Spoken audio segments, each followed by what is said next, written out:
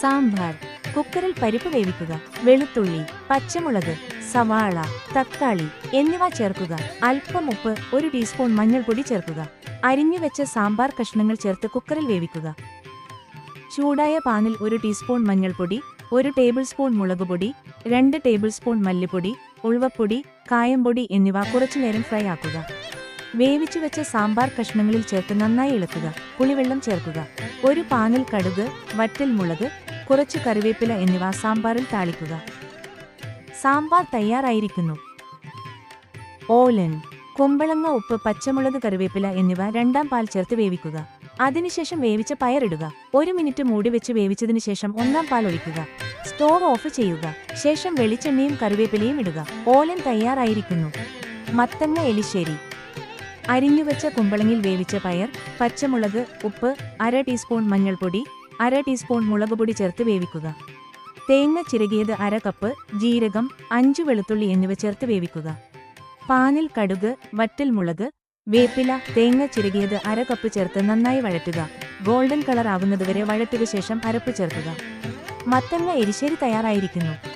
Cabbage തോരൻ. അരിഞ്ഞുവെച്ച cabbage, 1 സവാള, 3 പച്ചമുളക്, വേപ്പില എന്നിവ ചേർത്ത് നന്നായി മിക്സ് ചെയ്യുക.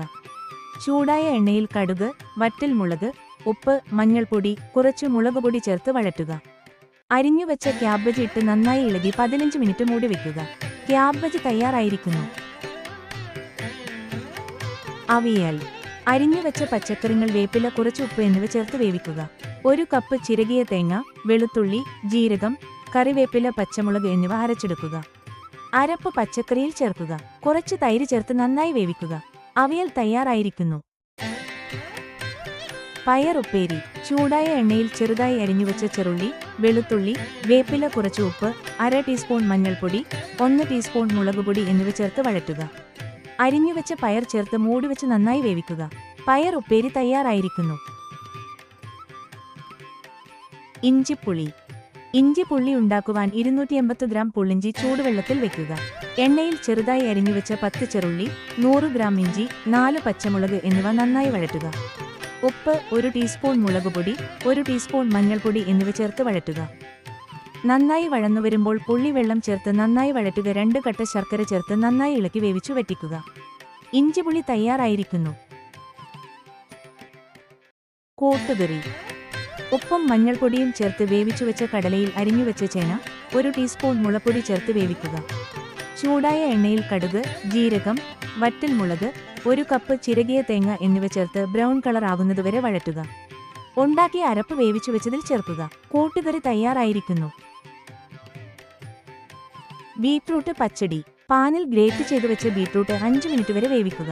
1 കപ്പ് ചിരകിയ തേങ്ങയും, 3 മുളക്, 1 കഷ്ണം ഇഞ്ചി, 1 ടീസ്പൂൺ ഉപ്പ് എന്നിവ ചേർത്ത് അരപ്പ് ഉണ്ടാക്കുക. അരപ്പ് വേവിച്ചു വെച്ച ബീറ്റ്റൂട്ടിൽ ചേർത്ത് 5 മിനിറ്റ് വേവിക്കുക. 1 കപ്പ് തൈര് ചേർക്കുക.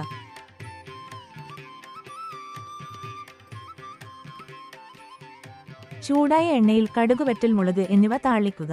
ബീറ്റ്റൂട്ട് പച്ചടി തയ്യാറായിരിക്കുന്നു. പൈനാപ്പിൾ പച്ചടി. അരിഞ്ഞുവെച്ച പൈനാപ്പിളും, അരച്ച പൈനാപ്പിളും, കുറച്ച് ഉപ്പ്, 1/2 ടീസ്പൂൺ വീതം മഞ്ഞൾപ്പൊടി, മുളപ്പൊടി, 1 ചെറിയ കഷ്ണം ശർക്കര എന്നിവ ചേർത്ത് 5 മിനിറ്റ് വേവിക്കുക. 1 കപ്പ് തേങ്ങയും, 3 മുളക്, കുറച്ച് കടുക് എന്നിവയുടെ അരപ്പ് ഉണ്ടാക്കുക. ഉണ്ടാക്കിയ അരപ്പ് ചേർത്ത് 5 മിനിറ്റ് വേവിക്കുക. 1 കപ്പ് തൈര് ചേർക്കുക. ചൂടായ എണ്ണയിൽ കടുക്, വറ്റൽമുളക് എന്നിവ ചേർത്ത് താളിക്കുക. പൈനാപ്പിൾ പച്ചടി തയ്യാറായിരിക്കുന്നു.